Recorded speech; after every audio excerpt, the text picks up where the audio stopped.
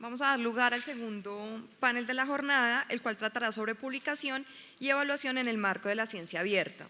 Este panel continúa explorando desde las narrativas personales la experiencia de la producción del conocimiento, desde las publicaciones y las asimetrías que surgen en este proceso. El panel es moderado por Manfred Acero Gómez, editor general de la Universidad Militar Nueva Granada. Manfred es literato y máster en escrituras creativas. Desde hace más de 12 años se desempeña como editor y director editorial en el ámbito universitario. Ha sido gestor de varios procesos de indexación nacional e internacional y editor de revistas científicas en SJR y JCR. Vamos a dar unos instantes para que sigan los panelistas que están invitados y le damos la bienvenida a Manfred.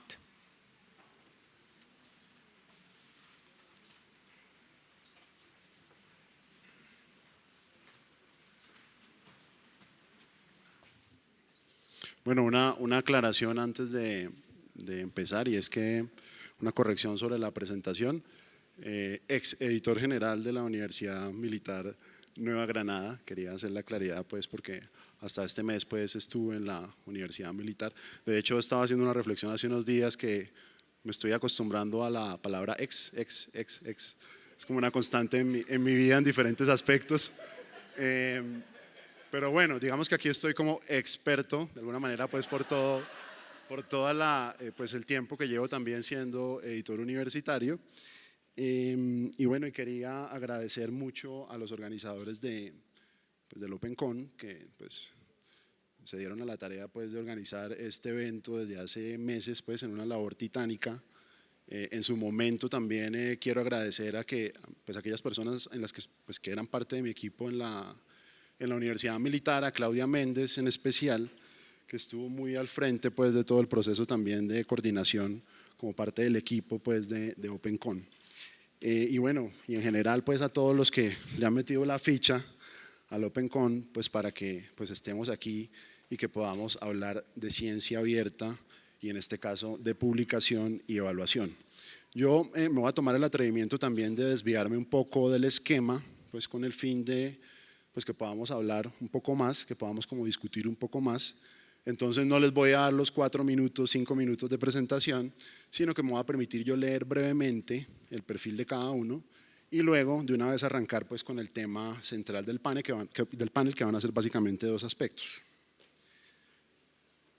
Bueno, pues tenemos a unos investigadores, editores, autores, pues personas que han tenido pues una larga experiencia desde diferentes roles pues en el sector editorial universitario en investigación pues la idea es que a través de sus experiencias desde esos diferentes roles pues podamos pues apuntar a un par de cosas a las que ya me voy a referir.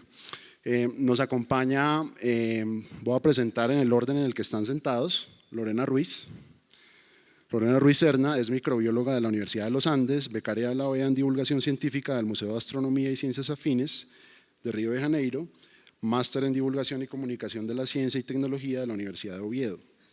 Ha sido editora con más de 17 años de experiencia y actualmente es la directora del Fondo Editorial de la Universidad Antonio Nariño. También hace parte de la Junta Directiva de ACEUC desde hace varios años y es miembro del comité organizador de la red de revistas científicas.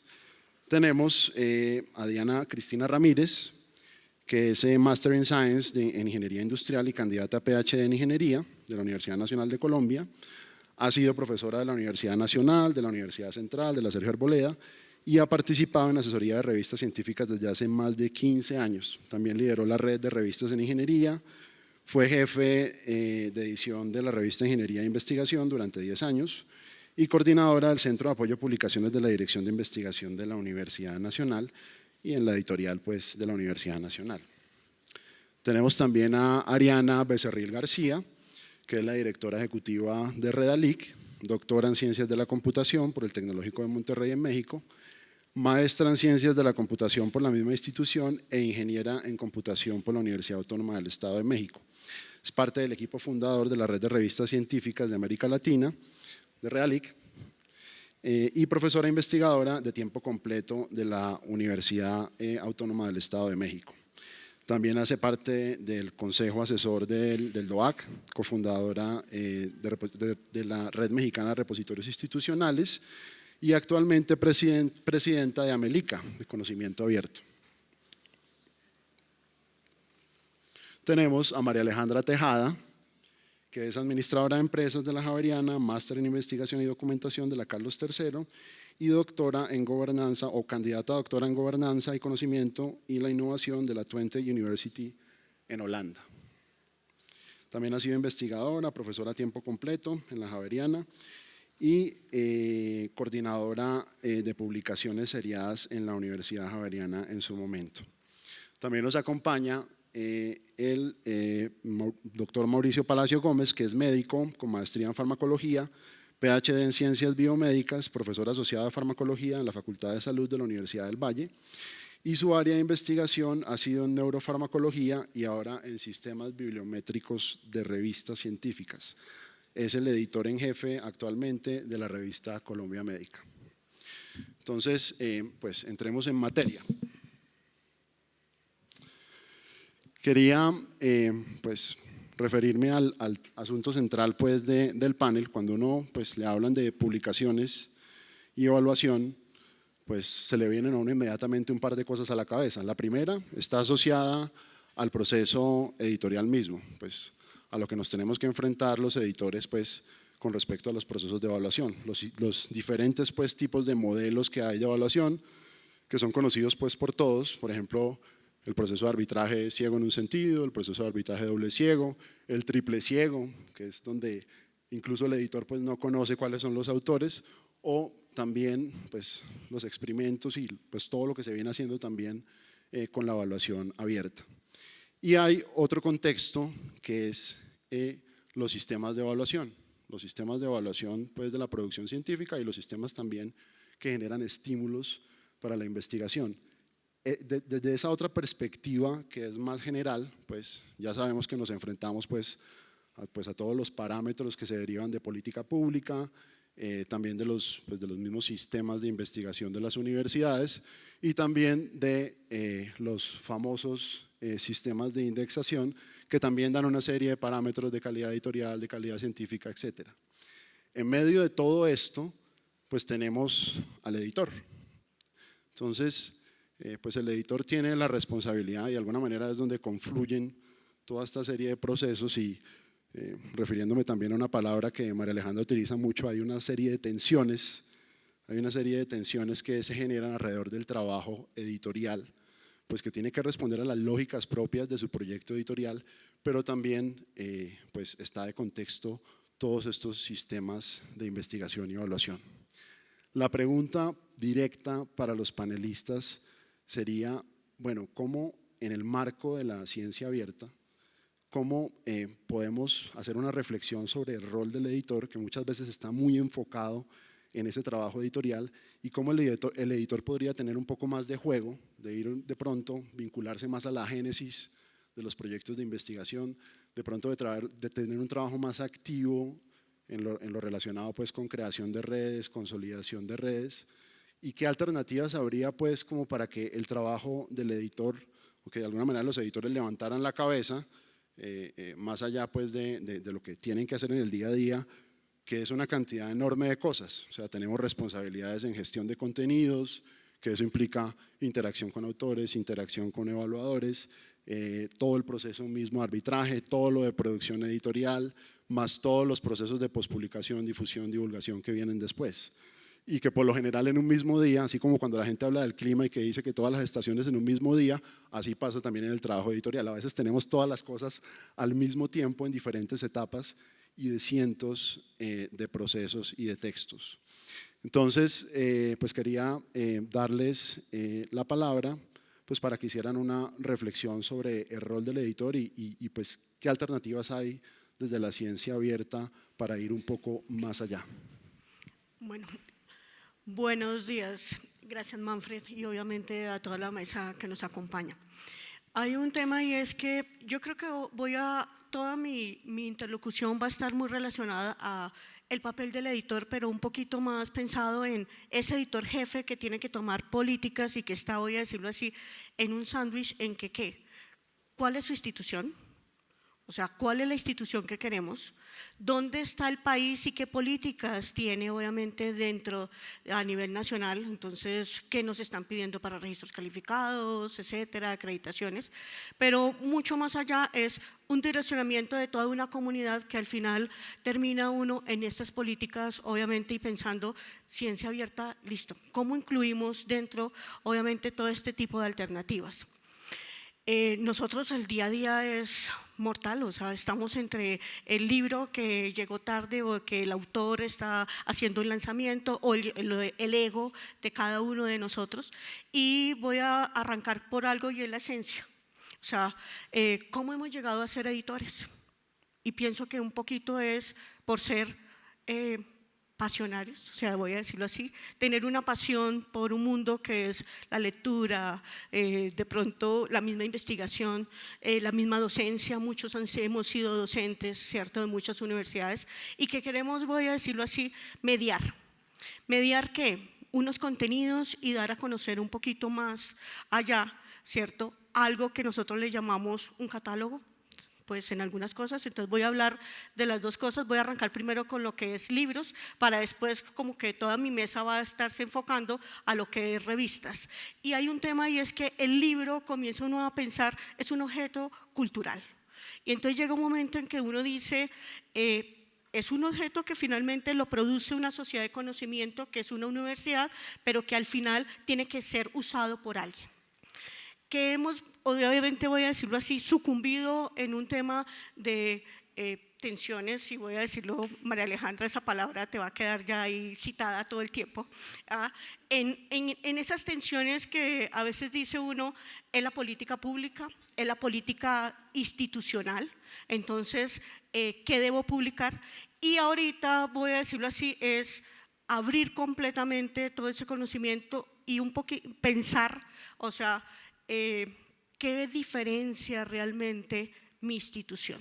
O sea, y lo voy a decir un poquito porque cuando una editorial está muy ligada al tema administrativo, es otro tipo. Cuando está ligada al tema de investigación, pues tiene otra esencia, y si está ligada al tema de extensión, tiene otra. Pero recuerden que la universidad es una sola con esas tres misiones. Pero esto también implica uno pensar que en el nuevo país que queremos, una nueva universidad, o sea, la base realmente es cómo ese conocimiento, ¿cierto?, llega a esa sociedad, y es lo que hemos venido hablando como toda la mañana. Dentro de esas tensiones, entonces llega un momento en que este acceso abierto comienza a jugar un papel, y ya hemos tenido, voy a decirlo así, es como proyectos como la Universidad de California, que tiene un proyecto como Lumino, que es completamente de acceso abierto. Usamos también plataformas como Open Monograph, estamos usando plataformas para OpenCon, estamos usando Open Edition en Francia, o sea, que llega un momento en que uno dice, todo esto hace parte. Pero recuerden que al final, voy a decirlo así, del día, nosotros tenemos que rendir cuentas de qué. O sea, cómo utilizamos un recurso económico que nos entregan, pero un poquito más allá también, qué hay de retorno, ¿cierto?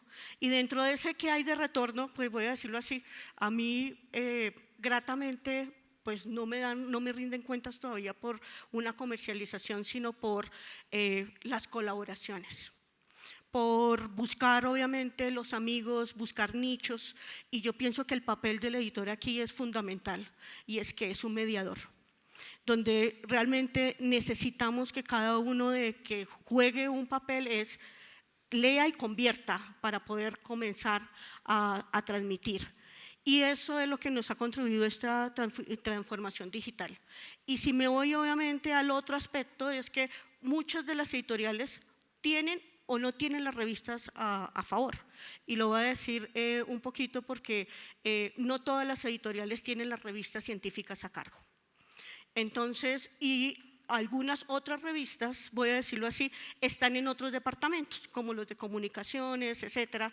Entonces, y ahorita nosotros estamos también pensando en que miren que yo voy a atreverme a pensar en que hay autopistas y el conocimiento tiene que correr por diferentes autopistas.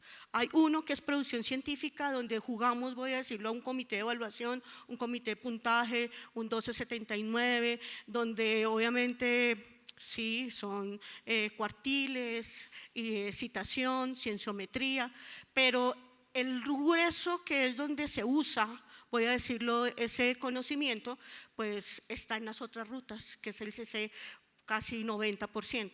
Ahí es donde comienzan a ser útiles revistas que se han convertido, porque lo digo porque todo el tiempo dentro de los colegas hablamos, no, mira, ya no tengo 5, ya tengo, eran 30, ahora tengo 20, y me quedé con 5 revistas científicas.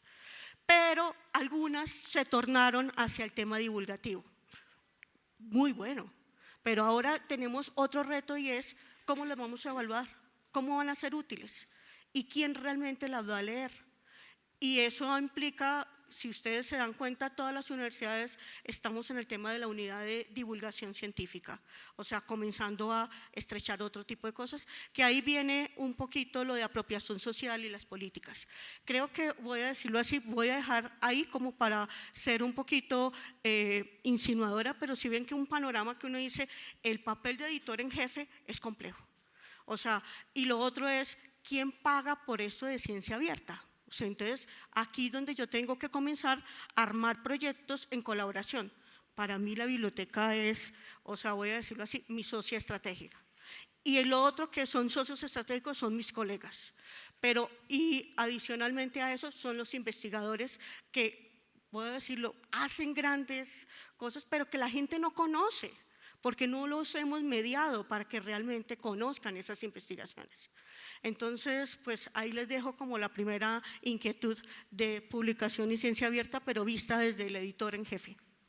Sí, Lorena da una perspectiva pues como directora editorial sobre varias posibilidades. Quería pedirle a Ariana también desde su punto de vista como desde el indexador, pues cómo ve el asunto del rol del editor y pues también desde su conocimiento y su trabajo alrededor pues de ciencia abierta, pues qué alternativas hay o qué perspectiva nos puede dar. Gracias, Manfred. Tengo 4 minutos, ¿cierto? 5, perfecto. Gracias a los organizadores del evento, gracias a Agrosavia también por haber hecho posible que el día de hoy esté aquí. Y muy interesada de esta conversación porque, a ver, he escuchado 3 palabras interesantes. Vamos a citar nuevamente a María Alejandra respecto a las tensiones que sufre la actividad editorial. Pero también acabamos de escuchar cuál es el retorno de la actividad editorial. La actividad editorial es compleja, ¿quién la costea? ¿Qué rol juega el editor? Y en ese sentido yo quisiera que reflexionemos antes de pasarle la voz desde el punto de vista del editor. Yo quisiera que reflexionemos respecto al rol del editor en el futuro de la publicación científica y más allá en el futuro de la academia. Recientemente leía una frase de Fox que decía que el futuro de la publicación científica es el futuro de la academia. Y yo diría que el futuro de la publicación científica, sí, por supuesto, que es el futuro de cómo vamos a hacer investigación y cómo la vamos a difundir en el futuro, pero también el rol del editor en incidir en cómo cambia la evaluación de la ciencia, la evaluación científica, las estrategias de evaluación científica son parte también del futuro de la academia. Entonces, yo creo que nuestra conversación también debe centrarse en la importancia, o sea, el editor es un punto clave en cómo vamos a evolucionar respecto a cómo se hace y se publica ciencia, no solamente en nuestra región, sino en todo el mundo.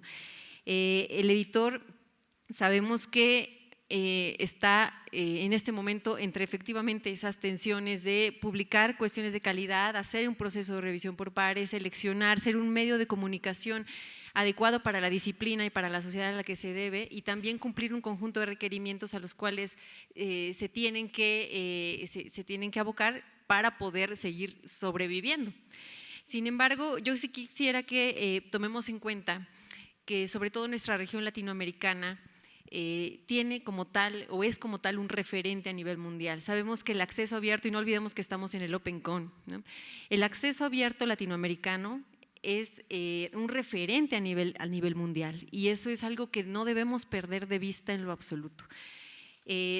Ahora estamos en un contexto internacional donde iniciativas como el Plan S, por ejemplo, están explorando cómo lograr el acceso abierto y hacerlo una realidad de una manera acelerada en Europa, en Estados Unidos. Ellos dicen que también lo quieren hacer en el ámbito global, pero en nuestra región, en nuestros países, el acceso abierto ha sido intrínseco, ha sido nativo, es un acto natural. Y eso es gracias a los editores, a que todo el trabajo de cada uno de ustedes como editores, o los que estén aquí que sean editores, lo han hecho abierto, no comercial. No tenemos editoriales comerciales como tal en nuestros países, y eso hace del acceso abierto latinoamericano un referente a nivel internacional. Aunque se le haya puesto el nombre de acceso abierto en Budapest y se reafirmó en Berlín y en Venecia, en fin, esto se hizo en América Latina gracias a las publicaciones científicas y gracias a los editores y la tarea editorial inserta muchas veces en universidades, en asociaciones académicas, en organizaciones sin fines de lucro.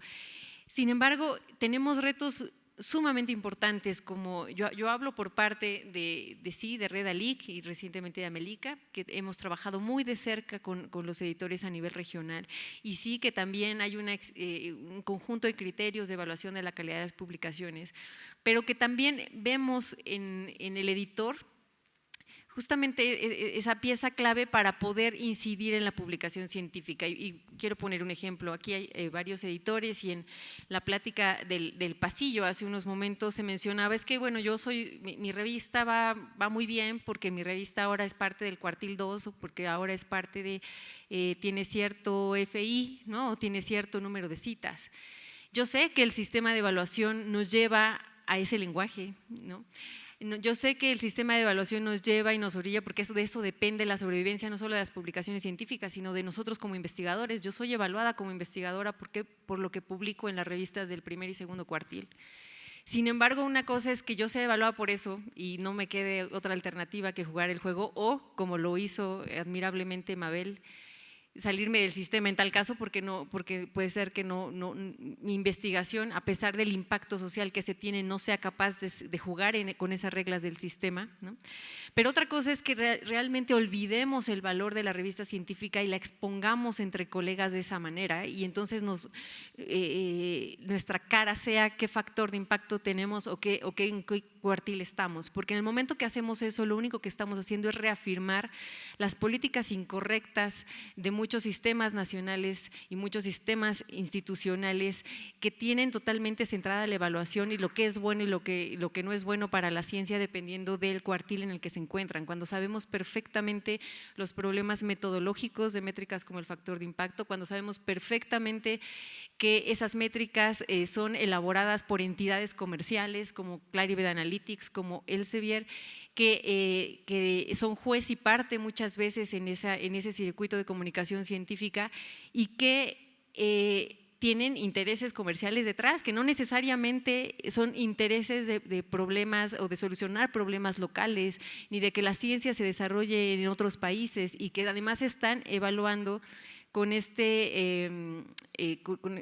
está sonando un minuto, que además están evaluando al científico, a la agenda de investigación con estrategias supuestamente internacionales, cuando en realidad, como recientemente lo conversaba con Jean-Claude Guédon, que es, ustedes saben, más que un experto, diría yo, un gran pensador respecto al acceso abierto, y que él decía, bueno, es que al final las métricas de Scopus y de Web of Science no es la internacionalización de la ciencia, es el norte atlántico local, aunque muchas veces se diga que la ciencia que hacemos en América Latina es la local, ¿no? Entonces, cuando hablamos de local y global, hay que realmente preguntarnos qué es local. Bueno, detengo aquí, ya seguiremos conversando. Gracias.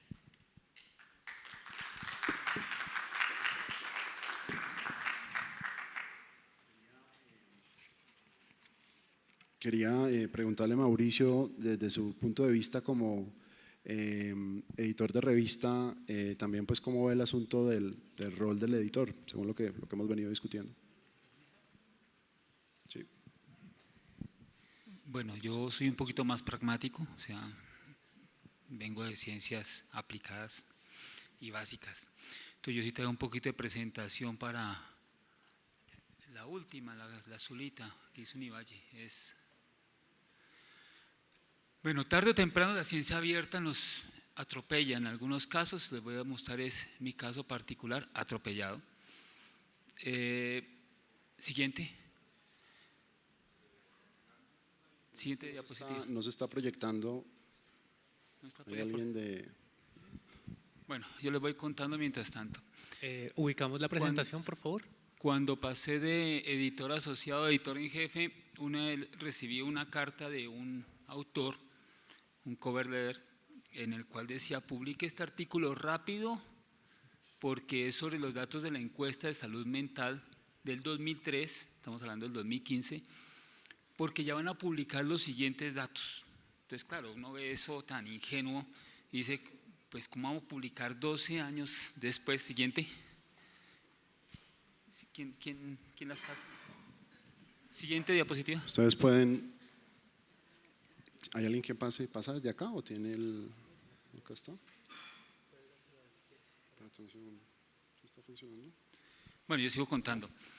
Pues de lo ingenuo, está la carta, sí. A la anterior.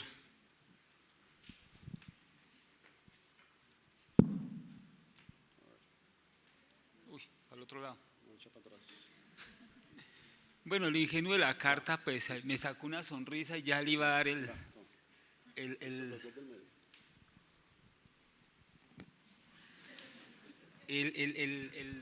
rechazo que sale todo compugido, en el cual, mire, dice, como le comentaba el doctor Herrera, o sea, el editor anterior, el interés es poder publicarlo pronto porque se hizo un esfuerzo importante y ya va a salir el otro estudio. Y yo dije, pues esto hay que rechazarlo, tiene ya 2003 y estamos hablando 2015, ¿sí?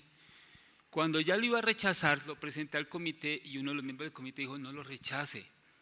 No hay trabajos sobre la encuesta de salud mental publicados. ¿Por qué razón? Porque el Ministerio de Salud hizo un mal negocio con la Universidad de Harvard, en la cual la Universidad de Harvard censuró por 10 años los datos de la encuesta. O sea, no habían datos. Entonces, cuando miramos eso, y sí, el epílogo de esto es que no solamente, por un lado, regalamos los datos, sino que la utilidad de los datos ni siquiera los hizo Colombia. Estas son las citaciones de este artículo. Fueron bien recibidos por otros países, excepto Colombia. O sea, teníamos investigación muy costosa, porque las encuestas de salud son de los trabajos más costosos que se hacen, y también me imagino que hay en otras áreas, en geología, en ingeniería, en todas las áreas de las ciencias, pagados con los impuestos nuestros y que terminan en unos datos que posiblemente la mayoría de las veces es un PDF editorialmente muy mal hecho, ¿sí? Y incluso para referenciarlo es un desastre, es un originador de calvicie entre los editores citar ese tipo de documentos.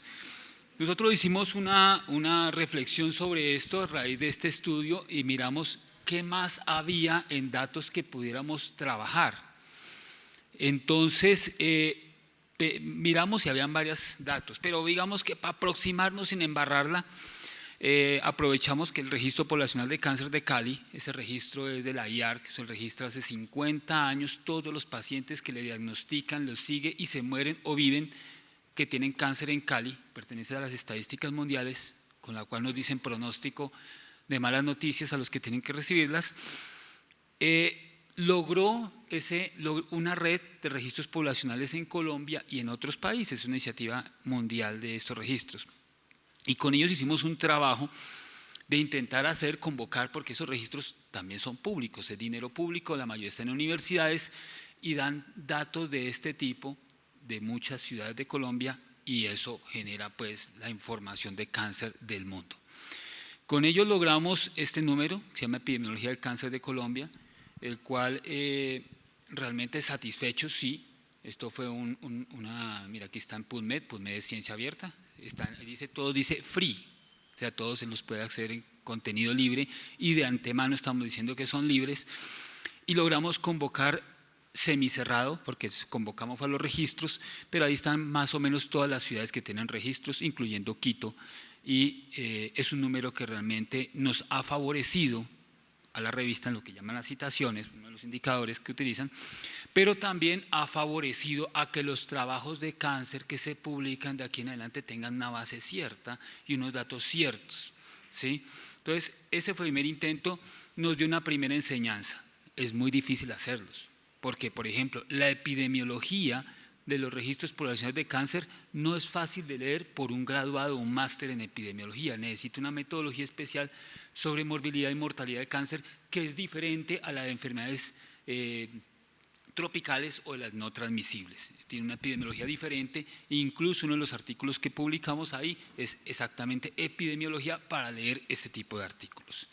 Pero bueno, nos lanzamos a un segundo proyecto y un tercero, vamos a mostrar el segundo porque ese ya está terminado, que fue la encuesta SABE. También cercanía, la encuesta SABE, una parte la hizo la Universidad del Valle, tenemos cercanía a los autores y ellos nos contactaron con muchos de los investigadores que hicieron la encuesta SABE y dijimos esta que es lo más importante. Las revistas científicas tienen que ustedes hacerlas valer.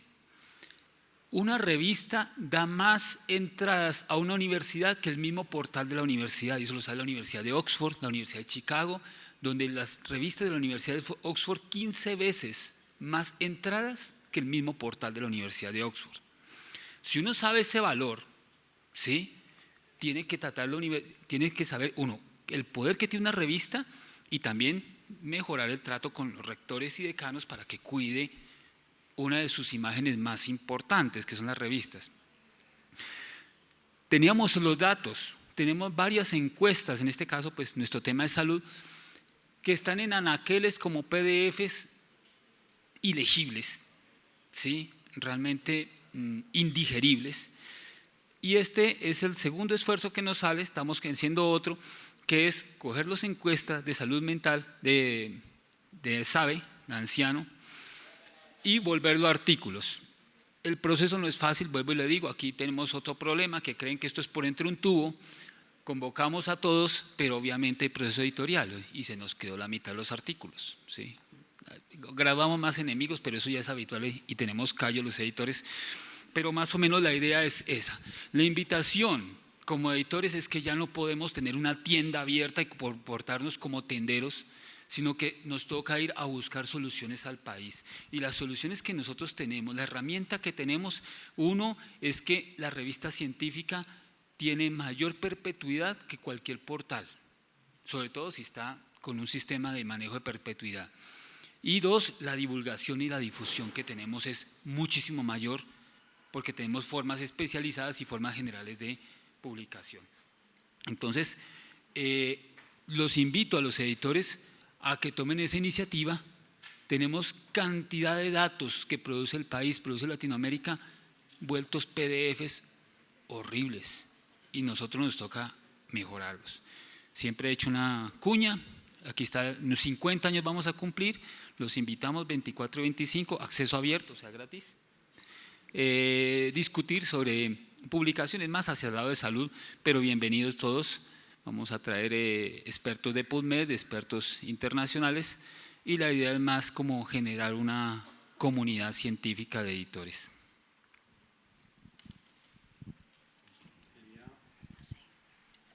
Quería conectar pues, tu intervención como editor jefe de la revista y este par de experiencias pues, bien importantes de ese más allá con, pues a pesar de que ya les dije que todos en determinados momentos hemos tenido diferentes roles, quería hablar o darte la palabra, Diana, también como gestora, ¿no? Entonces, que cuentes también tu experiencia y qué podrías compartir sobre el asunto del papel del editor. Buenas tardes para todos, gracias por la invitación a este importante evento que me da también la oportunidad de ver caras conocidas y compartir. Es importante mencionar, adicional a lo que han dicho mis compañeros, que cuando se habla de editor hay muchos perfiles de lo que es el editor. Entonces está el editor que más allá los textos, que los diagrama, cuya tarea debe ser respetable, porque a veces hay unas personas que no estudiaron para hacer eso y se ponen a hacer eso. Ese tipo de, no sé, corrección de textos, diagramación, y hay que respetar las personas que se formaron, digamos, desde el ethos de la edición. Está el otro rol también, que son los que gestan, coordinan, que es lo que me pides la referencia, que están pendientes de lo que es la consecución de recursos, las estrategias, el enfocar colecciones, en ver cómo se puede dinamizar la edición. Y también está, por otro lado, los editores que actúan como compiladores de texto, los editores científicos, que también hacen un trabajo de editorial que no es muy, digamos, hasta la industria editorial, sino más hacia la comunicación de la ciencia y perfilar o dirigir algún tipo de temáticas en un compilado de texto. Me centraré entonces en ese de gestor editorial, esa persona que administra y gestiona los contenidos y que respeta los otros roles que acabo de mencionar. En ese sentido, una discusión que se ha avanzado importante es sobre la profesionalización de esa labor editorial. No existe un pregrado que diga voy a formarme como editor. Yo soy ingeniera y he encontrado en esta dinámica de la edición un apasionamiento, como lo decía Lorena. No entra uno porque le apasiona el tema, sino porque mientras lo está desarrollando termina apasionándole y termina creando comunidades, como por ejemplo lo que mencionaban en mi perfil, coordinando la iniciativa de la Red Colombiana de Revistas de Ingeniería, que por muchos años, Lorena hizo parte de esa red, por muchos años demostró ser una organización que no solamente nos ayudaba a optimizar procesos, sino que nos ayudaba a coordinar experiencias, a tener representatividad, posicionamiento, a ir a Publindes con un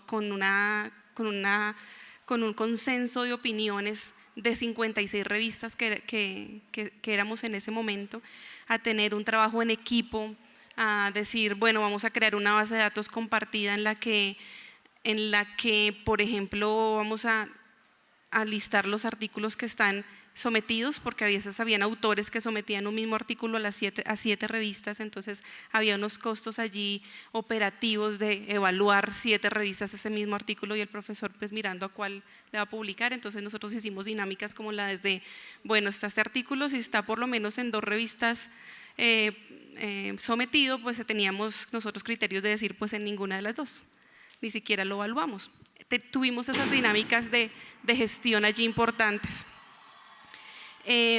También, como les dije, tuvimos posicionamiento y voz ante la perfilación de las políticas de indexación en Colombia, importante allí.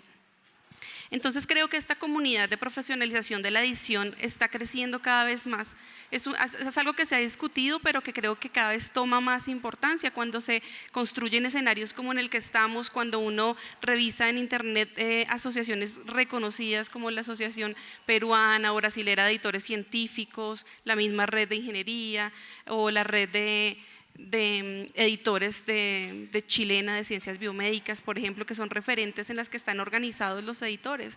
Entonces pienso que hay un ethos de conocimiento que se está construyendo allí, porque hay problemáticas construidas, problemáticas que debemos solucionar y que hay conocimiento.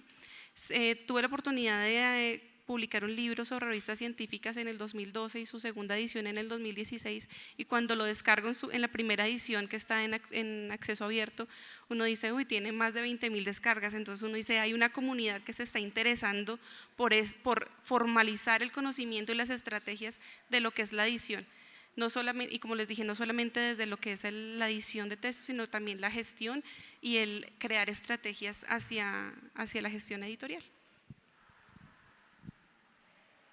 Gracias. Y bueno, por último, María Alejandra, pues tú has venido realizando varias investigaciones pues sobre los sistemas de evaluación, y también en eso pues está los editores y la percepción de los editores. Quisiera también escuchar tu opinión, digamos, tus aportes sobre este tema complejo del rol del editor y cómo puede ir más allá de lo que tiene que ver específicamente con el trabajo editorial, o cómo lo percibes tú. Bueno, Manfred, muchísimas gracias. Ya todos le han dado un poco al tema de las tensiones, que de hecho ha sido un trabajo que hemos venido realizando con Lorena en algunas encuestas que hacen parte de la tesis doctoral. Y bueno, si nos sigue dejando la marcha y el ruido que tenemos afuera, continuamos con el tema. Yo creo que una de las tensiones que más nos enfrentamos es toda la complejidad del sistema en términos de las presiones que vienen de diferentes partes, ¿no? Todo el tema de la internacionalización, todo el tema de lo local, la relación que el editor está jugando con sus investigadores para saber cómo van sus procesos, cómo se crea el conocimiento, cómo se produce, dónde encuentran los lectores, cómo se desarrolla el lector.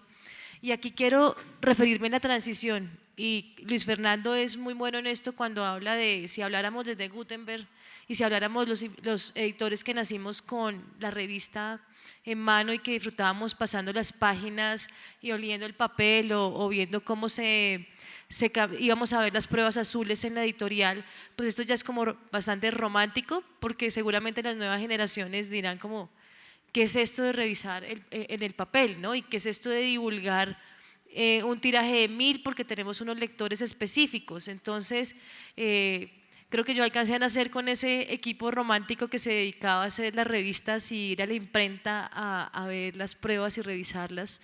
Y bueno, todo esto ya ha cambiado. Prácticamente el tiraje es de 100 y la digitalización es completa y obviamente la lecturabilidad es mayor. Entonces, este reto del editor se transformó. Y en la pregunta que decía Manfred, bueno, y en ese marco de la ciencia abierta, ¿qué rol juega el editor? ¿Qué responsabilidades tiene en esa gestión de contenido? Pues en realidad ya sabemos que hay una complejidad muy grande, que ha sido una comunidad que en Colombia, por medio de la Asociación de Editoriales Universitarias, lo que también ha trabajado con Ciencias, tenemos que reconocer que se ha hecho un trabajo de ir mejorando en el proceso editorial, pero nos falta mucho trabajo en legitimarnos a nosotros mismos, en que la propia comunidad académica e investigativa reconozca al editor y reconozca su trabajo. Sí, porque aquí muchas veces he escuchado a muchas personas que dicen que a veces al editor es el que le ponen la tarea al regañado, sí, porque igual es un trabajo, un montón de trabajo, pero no hay un reconocimiento y de hecho un investigador pierde la oportunidad de seguir haciendo sus propios artículos para tener puntos por dedicarle 1000 horas a hacer el proceso editorial, que los que estamos aquí sabemos muy bien que es hacer un proceso editorial riguroso y juicioso para conseguir pares evaluadores y hacer el proceso editorial. Entonces hay esa tarea de legitimarnos entre nosotros. Tenemos también un tema muy importante y es que las nuevas tecnologías han transformado las habilidades de los editores. Ya como bien lo decía Mauricio, el tema de las nuevas métricas, las nuevas tecnologías, los procesos de evaluación. Hace 20 años invitamos a Juan Pablo Alperín aquí a que dictara un taller sobre OJS cuando llegó OJS a Colombia y bueno, ya muchos de ustedes saben las plataformas de OJS que usamos acá en el país, entonces las habilidades se han ido transformando y el uso de repositorios y el uso de nuevas formas de divulgación se han ido transformando y eso se sigue transformando, no para, ¿sí? Entonces, la pregunta es que la tensión entre la internacionalización y conseguir nuevos públicos y mantener nuestras comunidades locales y construir ese conocimiento local, pues nos lleva a los editores a estar en ese reto de comprender esas nuevas tecnologías, sin dejar de lado que siempre hay como un fantasma de los editoriales comerciales presentes, que algunas responden a las necesidades disciplinares, a las necesidades de las comunidades y las audiencias. Y últimamente hemos estado discutiendo mucho un tema que me parece muy interesante y es el consumo y uso de información. En el proceso, que me encanta, por eso la presentación anterior, la de Luis Fernando sobre epistemologías, se hablaba del proceso editorial, no el fin último que es el artículo, sino el proceso metodológico, el proceso investigativo, cómo el editor